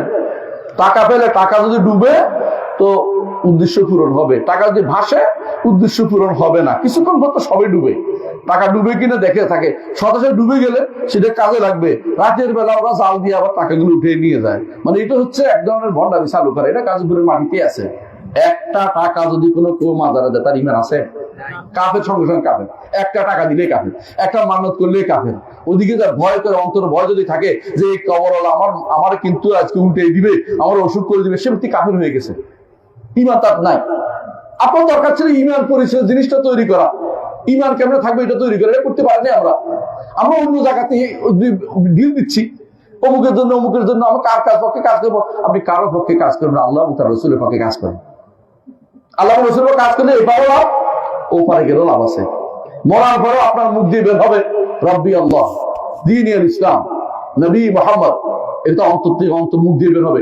আর যে দুনিয়ার বুকে অমুক তমুকের অমুক ভাই তমুক ভাই, আমার ভাই তোমার ভাই, এগুলো কিন্তু আখেরাতে একটা যাবে না। যত দলীয় চিন্তা ভাবনা বাদ দেন, কোন দল আপনার কাজ করবে না। আপনার আখেরাতের কাজ করেন। প্রত্যেকটি ভাইকে অনুরোধ থাকবে আখেরাতের কাজ করেন। আখেরাতের কাজ করলে আপনি এটা আখেরাতে যাবেই যাবে। যদি নিয়ত ঠিক থাকে, ইমান ঠিক থাকে, আখেরাত আপনি পাবেন। আর যে আখেরাতের কাজ না করে দুনিয়ার শান্তির জন্য ওইটা পাবেন ওইটা পাবেন, আপনি মনে করেন দুনিয়াতে বড় হবেন, আখেরাতে বড় হতে পারবেন না, আখেরাতে ছোট হয়ে যাবে। রাসূলুল্লাহ সাল্লাল্লাহু আলাইহি ওয়াসাল্লাম বলেছেন, দুনিয়াতে অহংকারী কত বড় অহংকার দেখায়, আখিরাতে আল্লাহ তাকে একেবারে পিঁপড়ার মতো করে একদম পায়ে পিষ্ট হবে মানুষের, যাতে করে পিষ্ট হইতে পারে। তাকে অপমানিত করবেন হাসরের মাঠে, হাসরের মাঠে অপমানিত করবেন। এরপরে জাহান্নামে যখন ফেলবেন, বড় করে ফেলবেন, যাতে করে আগুনে বেশি করে তারা খাইতে পারে। এগুলো হাদিস করে বলতে সব না। এক একটা দাঁত হবে উহুদ পাহাড়ের মতো বড় দাঁত। দাঁত যদি উহুদ পাহাড়ের ব্যক্তি কত বড় হবে, এত বড় করে ভালোবে কেন? আগুন যেন তার ভালো করে খাইতে পারে। কি দরকার আমার দুনিয়াতে এত বড় হওয়া? তিলকা দারুল আখিরাহ নাজআলুহা আল্লাযী লা ইউদরুন ফিল আরদি ওয়ালা ফাসাদা ওয়াল আকিবাতুল মুত্তাকিন। দুনিয়ার বুকে যারা অহংকারী হতে চায় না, বড় হতে চায় না, আল্লাহ তাকে আখিরাতে জান্নাতের ঘরটা দিবেন। জান্নাতের ঘরটা পেতে হলে দুনিয়াতে আল্লাহর বিনয়ী হয়ে চলতে হবে। আল্লাহর বিধানের বাইরে চলা যাবে না, শরীয়তের বাইরে কোনো কথা বলা যাবে না। শরীয়তের বাইরে চললে আপনার এটা ইলমের শরীক, ইলমের বাইরে। ইলম যদি শুদ্ধ হয়, আমলটা শুদ্ধ হবে। ইলম যদি ভুল হয়, আমলটা ভুল হবে। কথা বুঝছেন কিনা?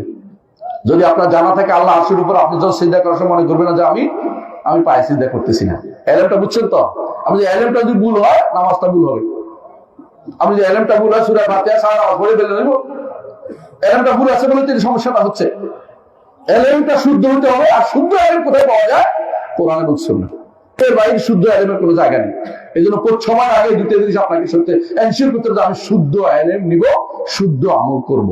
কারণ আমল করলেই লাভ নয়, কারণ আমল করে জাহান্নামে যাবে। এরকম আল্লাহ কোরআনে বলেছেন, আমিলাতুন নাসিবা তাসলা নারান হামিয়া। আমল করে জাহান্নামে যাবে, আমল করে আখিরাতে কিছুই পাবে না। ওয়া কাদিমনা ইলা মা আমিলু মিন আমালিন ফাজআলনাহু হাবাআন মানসুরা। তারা যে সমস্ত আমল করেছে, এগুলিকে আমি বিক্ষিপ্ত করে দেবো। কারণ আমলগুলি আল্লাহর দরবারে জমা হয় না। সারা রাত ধরে মাছ ধরলেন, ডুলে দিয়ে পড়ে গেল, সব কাজ হইব? মানে মাছ যদি পড়ে যায়, কাজ হবে না। আপনার ইমান যদি ইলম যদি শুদ্ধ না হয়, আমলটা শুদ্ধ হবে না কোনদিনই। এই জন্য বিশুদ্ধ ইলমের জায়গাটা ঠিক রাখতে হবে। কোরআন এবং সুন্নাহর বাইরে অন্য ইলমকে আমি প্রাধান্য দিব না। আপনার প্রত্যেকটি সন্তানকে দ্বীন শিখাবেন আগে। প্রত্যেকটি সন্তানকে আগে আকীদা শিক্ষা দিবেন, আগে আকীদা শিক্ষা দিবেন। আল্লাহর উপর ঈমানটা শিক্ষা দিবেন যে আল্লাহর উপর ঈমান ছাড়া কোনো চলে না। আল্লাহর উপর ঈমান সবার আগে। আল্লাহ ছাড়া কেউ আমাকে ভালো মন্দ করার ক্ষমতা রাখে না, এটা আপনাকে বিশ্বাস করতে হবে। আল্লাহ যদি কোনো আপনাকে যদি সম্মানিত করে, দুনিয়াকে অসম্মানিত করতে পারবে? আল্লাহ যদি অসম্মান না দেয়, আপনি দুনিয়াকে সম্মান দিতে পারবে? এটা কোরআনে কারীমে স্পষ্ট কথা, হাদিসে স্পষ্ট কথা। আর হাদিসে কুদসিতেও সেটা এসেছে। দুনিয়ার মানুষ একত্রিত আপনার কথা ভালো করতে আল্লাহ যদি মঞ্জুর না করে করতে পারবে? তাহলে আল্লাহর কাছে গেলেই তো। কিন্তু আমরা আল্লাহর কাছে না গিয়ে দুনিয়ার বিভিন্ন পদ্ধতি অবলম্বন করতে, তা কিন্তু আমাদের জন্য কোনো গ্রহণযোগ্য না। এই জন্য সবার আগে 2 নম্বর কাজ করতে হবে কি? আমলটা শুদ্ধ হইতে হবে। কিন্তু আমল শুদ্ধ কখন হবে? যদি ইলমটা শুদ্ধ হয়। এটা কি শুধু আমার জন্য না, আপনার জন্য, সবার জন্য, প্রত্যেকটি মানুষের জন্য। আল্লাহ বলছে ইন্নাল ইনসানা লাফি খুসর। প্রত্যেকটি মানুষ ক্ষতিগ্রস্ত। তবে তারা দুইটা, এক নম্বর কি? ঈমানটা শুদ্ধ ঈমান, তারপরে আমল সালেহ। আমল সালেহ করতে হবে। আমল সালেহ ওইটাই হবে যেটা আমার নবী করেছেন, আপনি পক্ষ থেকে করলেই হবে না। আমার নবী প্রথমে হতে হবে, কোরআন সুন্নাহ আসছে যে আমার নবীর পদ্ধতি মেনশন করতে হবে। আমি যদি বলি, খেয়াল করেন যে রাতের 1টা বাজে একটা নামাজ আছে, যে নামাজ পড়লে সঙ্গে সঙ্গে জান্নাত, বলাটাও তো জায়েজ নাই। আমি কি শরীয়তদাতা নাকি? আমি যদি আমার যদি আপনি বিশ্বাস করেন উনি দেওয়ার ক্ষমতা আছে, আপনি আমার তাগুত বানালেন, আপনি কাফের হয়ে গেলেন। বুঝলেন কথাটা? আর যদি আপনি এটা আমল করেন, আপনি বেদাত করলেন, হারাম কাজ করলেন, যদি না বুঝে আমল করেন, তাহলে আমি দেওয়ারও অধিকারী না, আমি মানারও অধিকারী না। আমার নবী যা বলছেন সেটা, যে পদ্ধতি বলছে সে পদ্ধতি মানতে হবে আপনাকে। আমাকে একটা জিনিস বেশি করলে সেটা জায়েজ হয়ে যাবে না। আমাকে দেখতে হবে যে নবীর পদ্ধতি কিনা। যেই পদ্ধতি নবী করেন না, সেই পদ্ধতিতে কোনো আমল করা যাবে না। এটা আপনাকে শিখতে হবে। নবী পদ্ধতি করেন না, সেই পদ্ধতিতে আমল করা যাবে না। আমার নবী কোনদিন মিলাদ করছে? মিলাদ পড়া যাবে না। আমার নবী কি শবে মেরাজ পালন করছে? শবে মেরাজ পালন করা যাবে না। শবে মেরাজ পালন করছে? করে নাই, আপনি করতে পারবেন না। কথা কি বুঝতে পারছেন? যে কাজ যেভাবে আছে সেভাবে রাখতে হবে। ইচ্ছা করে টেনে আনে আমরা আবেগ দিয়ে করে ফেলাম, এটা ইসলামের নাম নয়, এটা ইসলাম নয়। আবেগ দিয়ে যে সমস্ত আমল করা হয় সেগুলি আমাদেরকে সবসময় বেশি কুফুরিতে নিবন্ধিত করে। কারণ আবেগের উপর চলছে আমরা একটা পুরো জাতি, বাঙালি জাতি আবেগী জাতি, হুজুরে বাঙালি, আমরা আবেগ দিয়ে চলি। আবেগ দিয়ে চলা যাবে না, আবেগ দিয়ে পিতামাতার অনুসরণ করা যাবে না। কোরআন সুন্নাহর বাইরে কারো অনুসরণ নেই। কোরআন সুন্নাহর বাইরে পিতামাতা কোরআন সুন্নাহর পক্ষে বলবে তাহলে আলহামদুলিল্লাহ, আহলান ওয়া সাহলান। কোরআন সুন্নাহর পক্ষে বলে নাই, পিতামাতার কথা শোনা যাবে না, তবে তার সাথে ভালো ব্যবহার করতে হবে। আর যারা কোরআন সুন্নাহ বিরুদ্ধে কথা বলবে পিতামাতা না হলে তাদের সাথে শক্ত ব্যবহার করতে হবে। না, আমি তোমার কথা শুনবো, তোমারটা বেদাত, তুমি বেদাতি কাজ করে, তোমার বেদাতি বিরুদ্ধে আমি আসি খাওয়া। ইয়াহিয়া ইবনে মাঈন রাহমাতুল্লাহ আলাইহি তাকে একজন বলেছিলেন যে আমরা এই যে কোরআন সুন্নাহর বাইরে আমরা এই মানুষের সাথে কথাবার্তা বলি, মানুষ তো হাসরের দিন যদি কোনো আমি এই যে গীবত ধরে আমার বিরুদ্ধে দাঁড়ায়, ক্যালকুলেশন কথাটা কেমন নেক্সট তো ধোকা দিচ্ছে, বুঝলেন কিনা? নেক্সট ধোকা দেয় না, সেটা কি? বেদাতীদের বিরুদ্ধে কথা বলা একটা ফরজ। এখন একজন এসে বলতেছে আহমদ ইবনে হাম্বল রাহমাতুল্লাহ আলাইহি, আমি সিদ্ধান্ত নিয়েছি আর কথাবার্তা বলবো না, গুনাহ হবে, এই লোক তো মরে গেছে, কেমনে কথা বলি? আহমদ ইবনে হাম্বল বলেন যে তুমিও কথা বলবো না, আমিও কথা বলবো না, আল্লাহর দিনটা গোল্লায় চলে যাক না। এই বুদ্ধি কে শিখিয়ে দিয়েছে তোরে? এই তো বুদ্ধি তোমাকে কে শিখিয়ে দিয়েছে? আল্লাহর দিন থেকে দেফা করা, প্রতিরোধ করা খুবই দরকার। মানুষ তোমার বিরুদ্ধে দাঁড়ানো হচ্ছে, ইয়াহিয়া ইবনে মাঈন বলতেছে মানুষ তোমার বিরুদ্ধে আখের দাঁড়াবে এই চিন্তা করে তুমি যদি কোনো রাসূলুল্লাহ সাল্লাল্লাহু আলাইহি ওয়াসাল্লাম এর হাদিস প্রচারে বাধা না দাও, মিথ্যা প্রচারে বাধা না দাও, তার নামে মিথ্যা প্রচার বাধা না দাও, আল্লাহ রাসূলুল্লাহ তোমার বিরুদ্ধে দাঁড়াবে। যে মানুষের ভয় করছো, তুমি কি আমার পক্ষ থেকে প্রতিরোধ করতে পারতে না? তুমি কি জানতে না মিথ্যা হাদিস প্রচারকারী এরা মিথ্যা কথা বলে, সারাদিন ওয়াজ করে, মিথ্যা ওয়াজ করে। একজনের ওয়াজ শুনে তো আপনি কাঁদতে কাঁদতে মরে যাবেন, কিন্তু মিথ্যা দিয়ে ওয়াজ করছেন সারাক্ষণ। এইটা বললে এটা হয়ে যাবে, এটা বললে এই হয়ে যাবে, দেখবেন যে আগাগোড়া কিছুই নেই। যদি নেয়ামুল কোরআন পড়েন, যদি মকসুদুল মুমিন পড়েন, যদি বেহেশতি জোহর পড়েন, তো বুঝবেন যে এগুলি কি বই। এগুলি আমাদের দেশে একটা বিশাল সময় কিন্তু চলেছে, এগুলি দিয়ে আমাদের বুধ ধরে রাখা হয়েছে। বিয়ে শাদী হতো এগুলি কয়েকটা হাদিয়ে পড়তো, কেন? এগুলি দিয়ে তাদের চলতে হবে। সুবহানাল্লাহ, আমি একবার পূর্বাচলে গেছি এক সালাফি ভাইয়ের মামার বাসায় বেড়াইতে, যাই দেখি যে ওদের বই মাশাআল্লাহ সবার আগে কয়ে যে আমাদের বইটাই আছে কি মকসুদুল মুমিনিন পড়ে ফেলেন। আমি বললাম সুবহানাল্লাহ, আপনি মকসুদুল মুমিনিন পড়েন? তো আমার সালাফি ভাই লজ্জা পাচ্ছে, বলছে মামারা বুঝে টুঝে না, তো বুঝবেন, আপনি বুঝাবেন, এগুলো পড়ার জিনিস না। এগুলোর মধ্যে কি আছে জানেন? বলা আছে মাগরিবের নামাজ 3 রাকাত কেন হয়েছে? বলছে 1 রাকাত আল্লাহর জন্য, 1 রাকাত রাসূলের জন্য, 1 রাকাত মায়ের জন্য। আউযুবিল্লাহ, ঈমান থাকবে? ওই বইতে ওখানে লেখা আছে, এটা পড়তেছি না আমি, আউযুবিল্লাহ। কি এই কথা যদি কেউ ঈমান আনে তাতে কাফির হয়ে গেছে। এটা পড়া তো না পড়ে ভালো ছিল, জাহেল থাকা তার ভালো ছিল। এটা পড়া তো জাহেল থাকা তার জন্য ভালো ছিল, বুঝলেন কিনা কথাটা? এরকম দেখবেন আরো অনেক কথা আছে যেগুলো আপনি শুনে আশ্চর্য হবেন যে এগুলি কি ঈমানদার বলতে পারে কিনা। এগুলি তাদের বইয়ের মধ্যে আছে। তাবিজ বানাই ফেলছে পুরো কোরআনকে, অঙ্ক দিয়ে বানাই ফেলছে পুরোটাকে। এগুলি কোন আমলের ভিত্তিতে করতেছে? রসুলকে একদিন করে তাবিজ দিছে? আমার রসুলকেও তাবিজ দিছে? আবার আরেক গোষ্ঠী আপনাদের এখানে বের হয়েছে, আমি দেখছি সালাফি ভাইরা অনেকেই রুকিয়া শারঈয়া নাম দিছে। ভালো, রুকিয়া শরীয়ত ভালো, কিন্তু রুকিয়া শরীয়ত দরবার খুলে বসছেন কেন? রসুলের যুগে দরবার খোলার সুযোগ ছিল না, করে নাই তো তিনি, এটা তো আপনি করতে পারবেন না। এটা আপনি করবেন, কেউ আপনার ভালো করতে পারলে করবেন। আবার কেউ টাকার খেলা শুরু হয়ে গেছে, কি করতেছে? এত টাকা দিবেন। শরীয়তের নিয়ম হচ্ছে জল বলা হয়, আপনি এটা বুঝতে হবে জিনিসটা। একটা হচ্ছে কেউ যদি আমাকে এই কাজটা করে দাও তাহলে তোমাকে 100 টাকা দিব, এটা হলো পুরস্কার ঘোষণা হবে। পুরস্কার ঘোষণা যায় আছে। এই জন্য ইউসুফ আলাইহিস সালাম বলছিলেন ওয়ালিমান জাআ বি হামলু বাইন ওয়া নাবি যাইম, যে কেউ বাচ্চা পেয়ারা নিতে পারে আমি তার জন্য 1 মোটের বোঝা খাবার দিব, আমি দায়িত্ব নিলাম। এই যে 1 মোটের ঘোষণা দিচ্ছে, এটা কি? এটা বলে জল বলে, মানে পুরস্কার ঘোষণা যায় আছে। কথা বুঝেন কিনা? কাজটা হলে পুরস্কার পাবে, কাজ না হলে পুরস্কার পাবে। এখন যারা রুকিয়া করতেছে বেশিরভাগ যে টাকা নিচ্ছে, কাজটা হয়েছে হওয়ার আগে টাকাটা নিচ্ছে, ওটা তো হারাম নিচ্ছে। হওয়ার আগে টাকা নিতে পারে না, এটা আপনি বুঝতে পারছেন কথাটা? কারণ রাসূলের সাহাবীরা কখন ছাগল নিছে? লোকটা ভালো হওয়ার পরে। আগেই বলে নাই যে ফু দিব, ছাগল দিয়ে দাও, এটা বলে নাই। মাসালা বুঝতে হবে। বড় বড় হুজুর বললে আপনি মেনে নিতে হবে কেন? আপনি বুঝেন না? সুন্নাহ শব্দ আছে না এখানে? কখন দিছে? যখন লোকটা ভালো হয়ে গেছে, বলছে আমরা তো বলছিলাম যে আমাদের ছাগল দিতে হবে, তখন ছাগল দিছে। রাসূল বলছে আমারও অংশ দিও। দেখি সেটা হচ্ছে বুঝানো যে হালাল, কারণ তোমরা পুরস্কার হিসেবে পাইছো এটা। কিন্তু তুমি ফু দিয়েই টাকা নিবে। রাসূল কি জীবনে কোনোদিন ফু দিয়ে কাউ থেকে ছাড়ে না খাইছিল? কোনো কিছু খাইছিল? সাহাবা একরাম কোনোদিন নিয়েছিল? তাবেঈনরা নিয়েছিল? তুমি কোথেকে এই পদ্ধতি আবিষ্কার করছো যে ফু দিলে টাকা দিতে হইবে তোমার?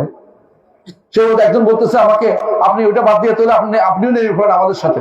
কালকে রাতে আমাদের এই মেসেজ দিয়ে আমাকে বিরক্ত করতেছে যে এটা তো একটা ভালো কাজ, আপনি পড়ান যে ওখানে টাকা নেন না।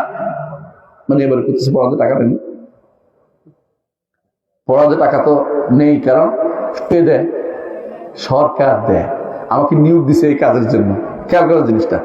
আর যেহেতু এই কাজটা কি ফরজে আইনের ভিতরে পড়ে, এই পড়াটা এই জন্য পড়াতে হচ্ছে। আপনার ফু দেওয়ার সিস্টেম তো রসুল বলে দিয়েছে, কিন্তু কোনো টাকা তো নেয়নি। মা আসালুকুম আলাইহি মিন আজরিন। এবং রসুল যারা নিতে বলছে তারা কখন নিছে? কাজটা উদ্ধার হলে তখন নিছে। আর আপনি কখন নিচ্ছেন? আগে টাকাটা নিয়ে নিচ্ছেন। কথা বুঝেন কিনা? আপনি আগে টাকাটা নিয়ে নিচ্ছেন। আপনার আগে টাকাটা নিচ্ছেন, যদি কিভাবে নিচ্ছেন, কোন কারণে নিচ্ছেন আপনি? এটা হালাল হয় কি করে? এটা বললে রেগে যায়, অমুখানদের ফতোয়া অমুখানদের ফতোয়া, কোরআন হাদিস দিয়ে নিয়ে আসে। হাদিস দিয়ে আছে, হাদিসের অর্থ তো আপনি বুঝেন নাই। হাদিস টু দ্য পয়েন্ট আছে, জায়গা মতো আছে, কিন্তু আপনি বুঝেন নাই। আপনার সমস্যা হচ্ছে আপনার মনের ভিতরে শয়তান ঢুকেছে। এই জন্য আমলে সালেহ, ওই সময় আমলে সালেহ হবে যখন ঈমানটা, আমলটা, ইলমটা শুদ্ধ আছে, সেটা অনুসারে আমল করলে আমলে সালেহ হবে। নিজের মান মতো আমল করলে আমল সালেহ হয় না। 3 নম্বর কাজ করতে হবে। 2 নম্বর বলছি না, একটা কি ইলম, একটা কি আমল, তাই তো? 3 নম্বর হচ্ছে আপনাকে অবশ্যই দাওয়াত দিতে হবে। আপনি নিজে নামাজ পড়লে হবে না, সন্তানদের নামাজের কথা বলতে হবে, স্ত্রীকে নামাজের কথা বলতে হবে, বউ বাচ্চাকে সালাত আদায়ের কথা বলতে হবে, এবং সবাইকে দিনের পথে দেখছেন নামাজে আসো, সালাতে আসো, ডেক দিয়া ডাকে আনবেন। সকালবেলা ডাকতে থাকবেন, সকালে ডাকতে থাকবেন। আমার ভাই আছে প্রতিদিন আমাকে ফোন দিবে ঠিক 5টা 5:45 কি জন্য উঠো, প্রতিদিন ডাকবেন। দরকার একজনকে বলুন তুই আমার ফোন দিস, তুই আগে উঠতে পারিস। এটা খুবই দরকার। আপনার যদি কোনো গুরুত্বের উপর নির্ভর করে ভাই, আপনি যদি মনে করেন যে সকালে আপনার 6টা আপনার প্লেন, তো কি করবেন জানেন? আশেপাশে 3 জনকে বলে রাখবেন যে একটা ফোন দিস অতটার সময়।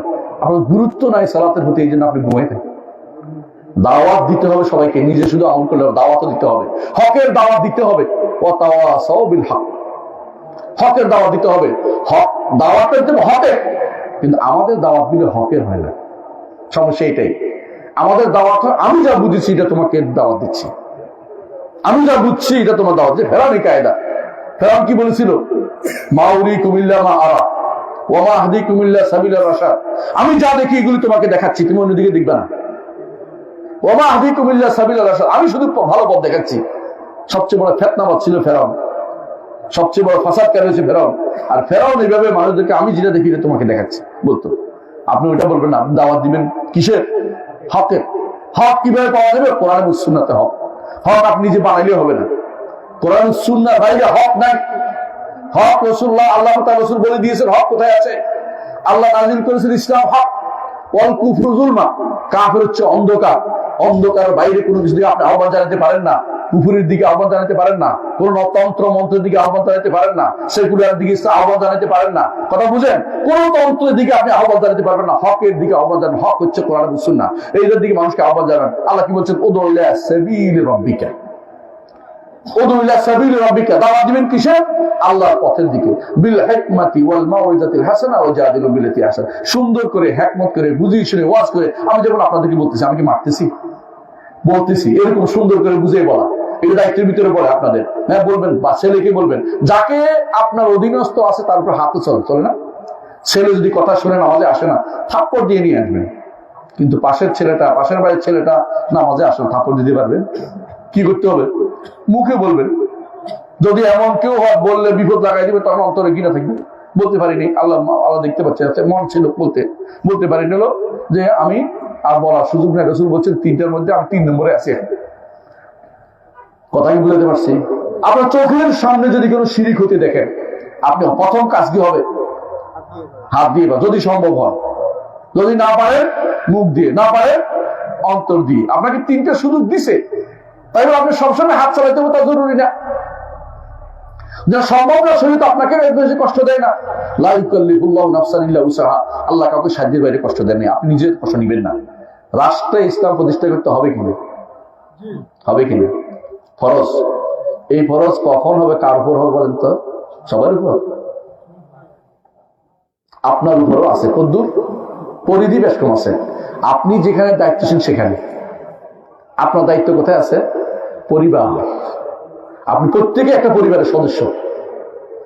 আপনি নিজের পরিবার, অবশ্যই ইসলাম প্রতিষ্ঠা করতে হবে। এখানে আপনার পরিবারের মধ্যে ইসলাম প্রতিষ্ঠা দলিল আল্লাহ কোরআনে বলছেন, কু আনফুসাকুম ওয়া আহলিকুম নার, নিজে বাঁচাও, পরিবারকে বাঁচাও, জাহান্নাম আগুন থেকে বাঁচাও।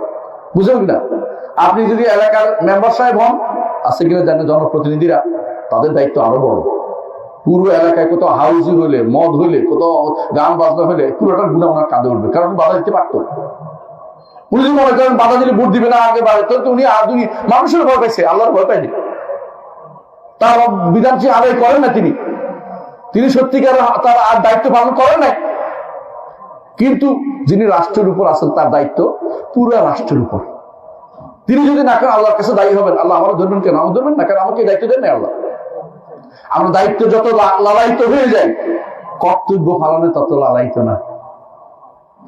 আল্লাহ তাআলা যদি আপনাকে ক্ষমতা দেয়, কি করতে হবে? যে কোনো জায়গায় আল্লাহ আকামুস সালাতা, সালাত কায়েম করতে হবে। আতাউজ যাকাত, যাকাত দিতে হবে।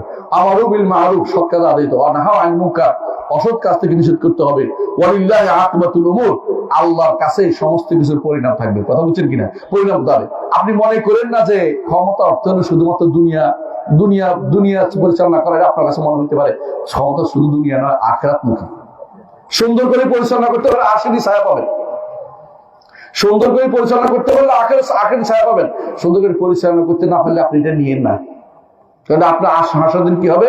হাসরাতুন ওয়া নাদাম ইয়াউমুল কিয়ামা, কিয়ামতে আপনার জন্য আফসোসের কারণ হবে, আর লজ্জার কারণ হবে, আফসোসের কারণ। হায়, আমি কেন দায়িত্ব নিলাম? এখন আমার সবাই দায়িত্ব নিতে হচ্ছে, গুনাহগারের দায়িত্ব আমাকে নিতে হবে। ওমর রাদিয়াল্লাহু আনহু যখন তিনি খলিফা হলেন, তখন একদিন বলেছেন যে আমি আল্লাহর কাছে চাই যে এই কয়টা দিন আমি রাসূলের সাথে ছিলাম, ওইটাই আমার জন্য যেন থাকে। এর পরের গুলি আমার পক্ষে ঢুকের দরকার নেই, কোন রকম কাটাকাটি হলে আমি বাঁচি। ওমরের মতো ব্যক্তি। আর কি বলতেছেন? পথে তিনি যদি কোনো একটা ছাগল না খেয়ে মারা যায়, আমার আশঙ্কা হয় যে আমার আল্লাহ জিজ্ঞাসা করবেন যে না খেয়ে ছাগলটা মরে গেছে, তুমি কোথায় ছিলে? কারণ বিশাল দায়িত্ব, বিশাল কর্তব্য। দায়িত্ব যত বেশি, কাজ বেশি করতে হবে। দায়িত্বের জন্য তো পাগল আমরা, কাজ করার জন্য তো পাগল না। প্রতিটি মানুষ যদি তার পরিবারকে সুন্দর করে ফেলে, ইসলাম প্রতিষ্ঠা হবে হবে হবে। আমি বলে দিলাম আপনাকে, প্রতিটি মানুষ একটা পরিবারের সদস্য। এই জন্য সবার আগে আপনাকে দাওয়াতের ক্ষেত্রে জানতে হবে, দাওয়াত কিসে দিতে হবে, কার দিকে দিতে হবে, কোন দলের দিকে নয়। দাওয়াত ইউদুলা সাবিল রাব্বিকা, আল্লাহর পথের দিকে, আল্লাহর দিকে ডাকবেন। ওয়াদুলা রাব্বিকা, আল্লাহ বলছেন আল্লাহ রবের দিকে ডাকতে বলছেন। কোন দলের দিকে ডাকতে আল্লাহ নিষেধ করেছেন, হাদিস নিষেধ করেছেন। কোন দল মতের দিকে রাখবেন না। কি দিকে রাখবেন? আল্লাহর দিকে, কোরআন এবং সুন্নাহর দিকে, রাসূলের পথের দিকে, সাহাবে সালেহের পথের দিকে, সালাফিদের পথের দিকে। আহলে সুন্নাহ জামাতের মতের বাইরে যায় আপনি দাওয়াত দিতে পারবেন না, কারণ এই পথে দাওয়াতের অনেক আছে।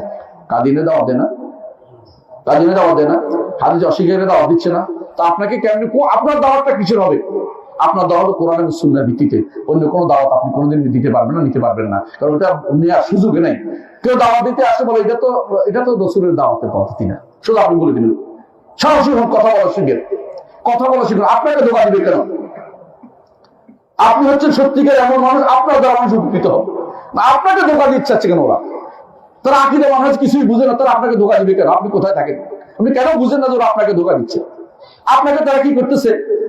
আপনাকে তারা কি করতেছে? তারা আপনাকে স্বীকার করতেছে, আপনাদের ঈমান হারা করতে চেষ্টা করতেছে। তারা আপনার মানহাজ চ্যুত করতে চেষ্টা করতেছে। মানহাজ চ্যুত করলে কি সমস্যা জানেন তো? আপনাকে যদি আকীদা মানহাজ সঠিক পথ থেকে দূরে সরে যেতে পারে, কোথায় যাবেন? আপনি জাহান্নামে যেতে হবে। আমার নবী বলেছেন আমার উম্মত 73 ভাগে বিভক্ত হবে, একবার ছাড়া বাকি সব ভাগ কোথায় যাবে? জাহান্নামে যাবে। কোন ভাগ জান্নাতে যাবে? যে ভাগ আমি এবং আমার সাহাবীরা যে পথে আছে, এই পথের উপর থাকবে। এই জন্য আপনি খুঁজবেন যে আমি কোন পথের দিকে দাওয়াত দিচ্ছি। আপনি জানেন যে এই পথটা রাসূলের পথ নয়, সাহাবীদের পথ নয়, আপনি এই পথে দাওয়াত দেওয়া যায় যেমন আপনার জন্য। এই জন্য যারা বেদাতীরা সবসময় কি করবে? খুঁজবে যে আমরা কি কম বুঝি নাকি। সাহাবায়ে কেরাম তো এরকম হয়েছে, এটা হয়েছে, এটা হয়েছে, আন্দাজি কথা একটা বলে দিবে। সাহাবায়ে কেরাম তাদের মধ্যে কেউ কাদারিয়া ছিল না, জাবারিয়া ছিল না, আশিয়া ছিল না, খারিজি ছিল না। তাদের মধ্যে কোনো দলের কোনো এই সমস্ত যারা ফেরকা হয়েছে, ফেরকা কিছু ছিল না তাদের মধ্যে। সাহাবায়ে কেরাম সবসময় এক ছিল আকীদা ও মানহাজের মধ্যে। এবারে কোনো তুলনা, ফেকার মাসলা তাদের মধ্যে কিছু মতভেদ ছিল, কিন্তু তাই বলে আকীদার মানহাজের ক্ষেত্রে তাদের কোনো মতভেদ ছিল না। শিখতে হবে, দাওয়াত কোন দিকে দিতে হবে আমাদেরকে। 4 নম্বর কাজ ওয়াতাওয়াসাউ বিস-সবর, এটা লাগবেই। রাসূলের মতো এত বড় দায়ী সবর করা লাগে নাই? আল্লাহর পথে দাওয়াত দিলেই আপনার কথা একটা আসবে, কি বলবে? ইহুদির দ্বারা, ওহাবি, মাদখালি, আরো কত রকমের গালি যে আসলে হিসাব নেই। হ্যাঁ, গালি দিতে শেষ করবে, ওগুলিকে আপনি কিছুই থোয়াই কেয়ার করবেন। রাসূলুল্লাহ ওগুলোকে কেয়ার করতেন না, দাওয়াত দিয়ে যাবেন, আপনার দায়িত্ব হচ্ছে দাওয়াত দিয়ে দাও। এগুলি যদি যত বেশি বলবে ততই মনে করবেন যে আমার দাওয়াতের কাজ হচ্ছে। এগুলি কোনোভাবে এগুলির কারণে মুখ বন্ধ করা যাবে না যে আমার খারাপ বলবে। আপনার তার কাছে ভালো হওয়ার আপনার লাভটা কি? আল্লাহর কাছে আপনি ভালো থাকতে পারবেন। দুনিয়ার বুকে এমন নবী রাসূল ছিল যাদেরকে তাদের কাউ মেরে ফেলেছে, তাই বলে কি তাদের কি দাওয়াতের দোষ ছিল? না।